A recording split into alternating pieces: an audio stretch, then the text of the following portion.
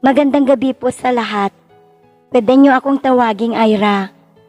Matagal ko nang pinag-isipan kung paano ko sisimulan ang karanasan na ito. Gawa ng medyo may pagkakumplikado. Pero kung papayagan niyo, ay titingi-tingiin o hati-hatiin ko na lamang ang karanasan. Base sa pinagdaanan namin ng aking asawa at ang kanyang boss. Maaaring marami ang magtataas ng kilay sa ibabahagi kong ito. Pero nasa inyo na kung maniniwala kayo o sa hindi. Ang importante naman sa akin ay maisabuhay ko ang karanasan na ito sa channel na pinapakinggan ko.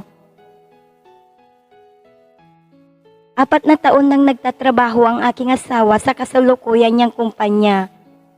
Masipag at matyagang aking mister. Kaya't madali niyang naabot ang pwestong manager ng kanilang departamento. Alam ko na naghahangad pa siya ng mas mataas na posisyon kaya todo ang suporta ko sa pinapakita niyang sigasig sa trabaho. Hindi nga nagtagal ay masaya niyang ibinalita sa akin na isa siya sa pinagpipiliang ipromote ng kanilang kumpanya. Meron 3 buwang evaluation period upang malaman kung sino ang dapat italaga bilang kapalit ng isang magre-retirong branch manager.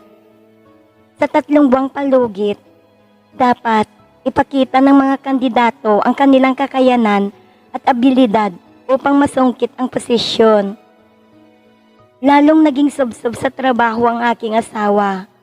Bilang tulong ay alaga ko siya sa suportang moral. Gusto kong ipakita na nasa likod lamang niya ako sa lahat ng kanyang pakikibaka. Araw ng Lunes, nang ibalita ng aking asawa na meron daw imbitasyon ng kanyang boss sa isang hapunan na gaganapin sa araw ng Biyernes. Hindi naman formal ang pagtitipon kaya't walang problema sa damit na susuotin. Gusto lamang daw ng big boss na makadaupang palad ang mga kawani at ang kanilang mga misis. Siyempre, kasama na rin ako doon. Ewan ko ba, pero excited ako sa gaganaping dinner party na gaganapin mismo sa bahay ng big boss na siyang may-ari ng kumpanya. Balak kong suotin ang pinakamaganda at pinakaseksi kong kasuotan.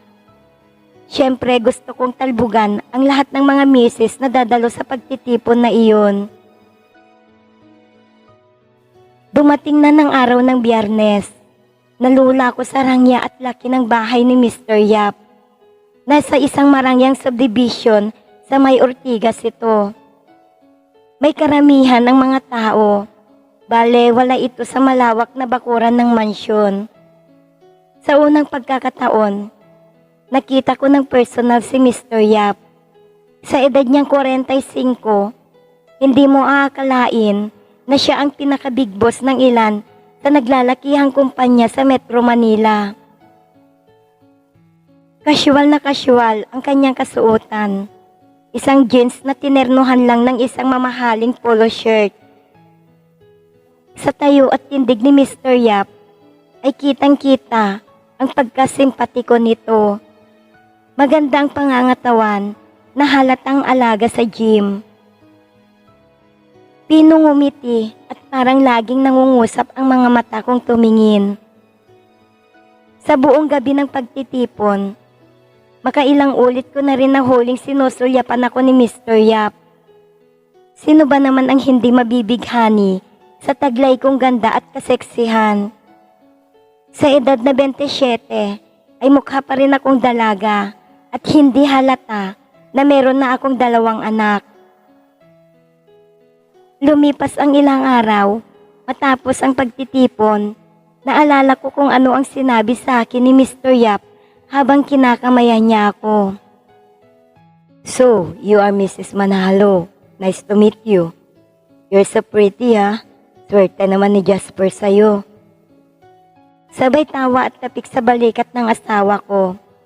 Kaswal na kaswal ang pagkasabi ng kanyang papuri, ngunit may dating ito sa akin. Napapangiti na lang ako sa tuwing naaalala ko iyon. Lumipas ang 2 buwan, critical daw ang labanan sabi ng asawa ko. dahil ang dalawang pinakamahigpit niyang kalaban ay nakakapuntos sa bilang ng taon sa kumpanya. Bagamat bata pa sa edad na 35 ang aking asawa, ay di hamak na mas magaling ito at matalino. Kaya nga lang ay halos mahigit 4 na taon pa lang ito sa kumpanya at medyo kapos pa sa pagdikit o pagsipsip kay Mr. Yap. Pumasok ang huling buwan ng evaluation. Nahalata ko na hindi mapakali si Jasper. Parang lagi itong ninenervyos o nababalisa. Naaawa na ako sa kanya. Kung may maitutulong lang ako para masigurado ang kanyang promosyon ay gagawin ko. Doon ko naisip si Mr. Yap. Ano kaya kung makiusap ako sa kanya? Baka sakali makatulong ito. Pero dapat ay hindi alam ng mister ko dahil kilala ko ang aking asawa. Maprinsipyo at madignidad. Hindi niya matatanggap na mapromote siya dahil lamang sa aking pakiusap sa kanyang big boss. Nagawan ko ng paraan na makipagkita at makausap si Mr. Yap. Subalit isang bagay lang ang aking dapat gawin upang masigurado ang promosyon ng aking asawa. Ito ay ang isang gabi sa piling ng kanyang big boss. Hindi ko alam na ganun kaprangka at kaagresibo si Mr. Yap. Sa konting minuto ng aming pag-uusap, nagawa kaagad niyang ilahad ang kanyang nais sa akin. Ang matikman ng aking alindog na bumighani sa kanya nang minsan niya akong makita sa pagtitipon. Hindi ako pumayag sa kanyang kagustuhan. Hindi ko kayang pagtaksilan ang mahal kong asawa. Lumipas ang mga araw, huling linggo na ng evaluation. Napansin ko na halos hindi na natutulog ang aking asawa dahil sa tensyon. Naawa ko sa kanya dahil alam ko na ang promosyon ng pinakamimithi niyang pangarap ay abot kamay na. Sayang kung mawawala pa. Dahil sa labis na pagmamahal ko sa aking asawa, pikit mata akong nagdesisyon. Pumayag na ako na makipag one night stand kay Mr. Yap upang maisakatuparan ng lahat. Pina-attend ng conference si Mr. Yap si Jasper sa Cebu.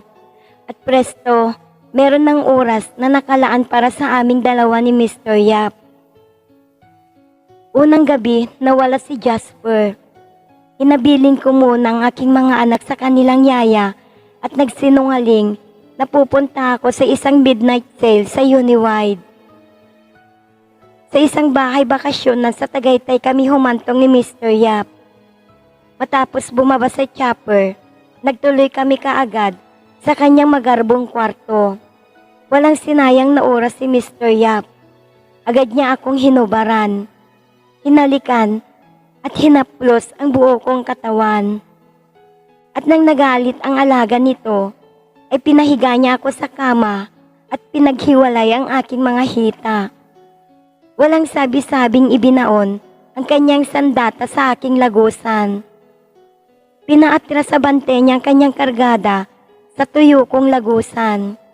Napaaray ako at pilit kong pinahinto si Mr. Yap sa kanyang ginagawa. Medyo natigilan naman siya sa ginagawa kong pagprotesta. Kaya't bahagya muna niya akong hinalikan sa labi, papunta sa aking leeg. Bumaba sa leeg at humantong sa bahagyang pagsimsim sa aking mga korona na sinasabayan ng paghaplos sa aking mga bundok. Dahil sa kiliting aking nadama sa kanyang ginagawa, namasa ang aking kasalanan at nang maramdaman ito ni Mr. Yap, ay dahan-dahan niyang hinugot baon ang kanyang sandata sa naglalawang lagusan.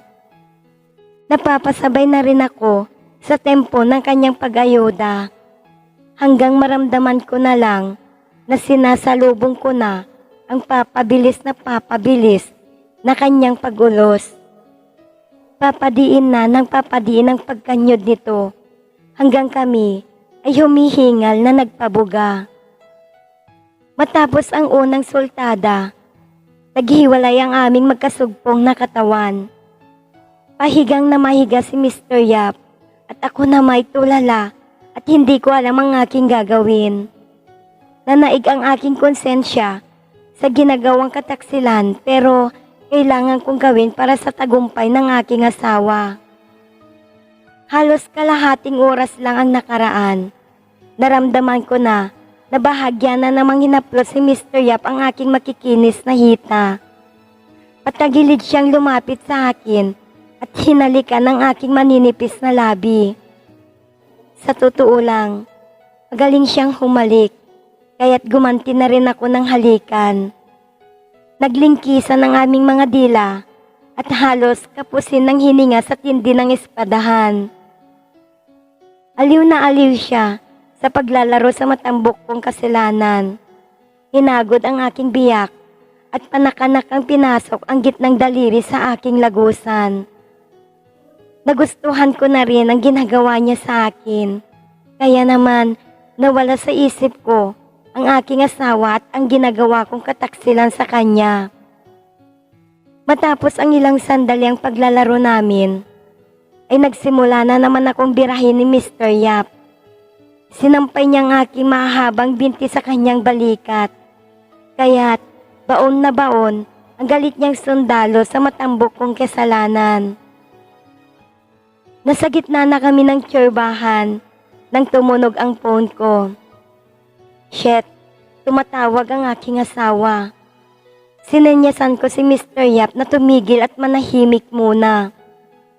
Padapa kong sinagot iyon. Wala pang isang minuto kaming nag-uusap ng aking mister nang maramdaman kong pinaghiwalay ni Mr. Yap ang aking mga hita at isinaksak ang galit niyang sundalo sa aking lagusan.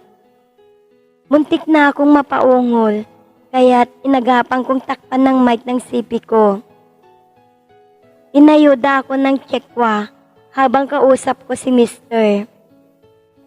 Natapos ang usapan namin ni Jasper na puro impit at tila ungol ang aking sinasagot sa kanya.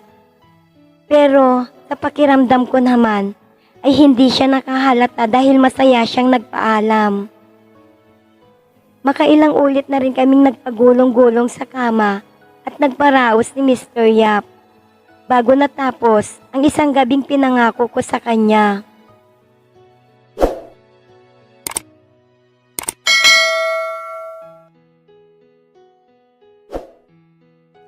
Grabeng tuwa at ligaya ang nakita kong reaksyon ng aking mahal na asawa nang ibalita na siya ang napiling ipalit sa mataas na pwestong nabakante sa kumpanya. Siyempre, dadma lang ako at nagkunyaring nagulat at natuwa. Hindi na naulit ang pagkikita namin ni Mr. Yap. Minsan nga lang ay sumasagi sa isip ko ang mga nangyari sa amin noon at kusang nag-iinit ang aking katawan. The end.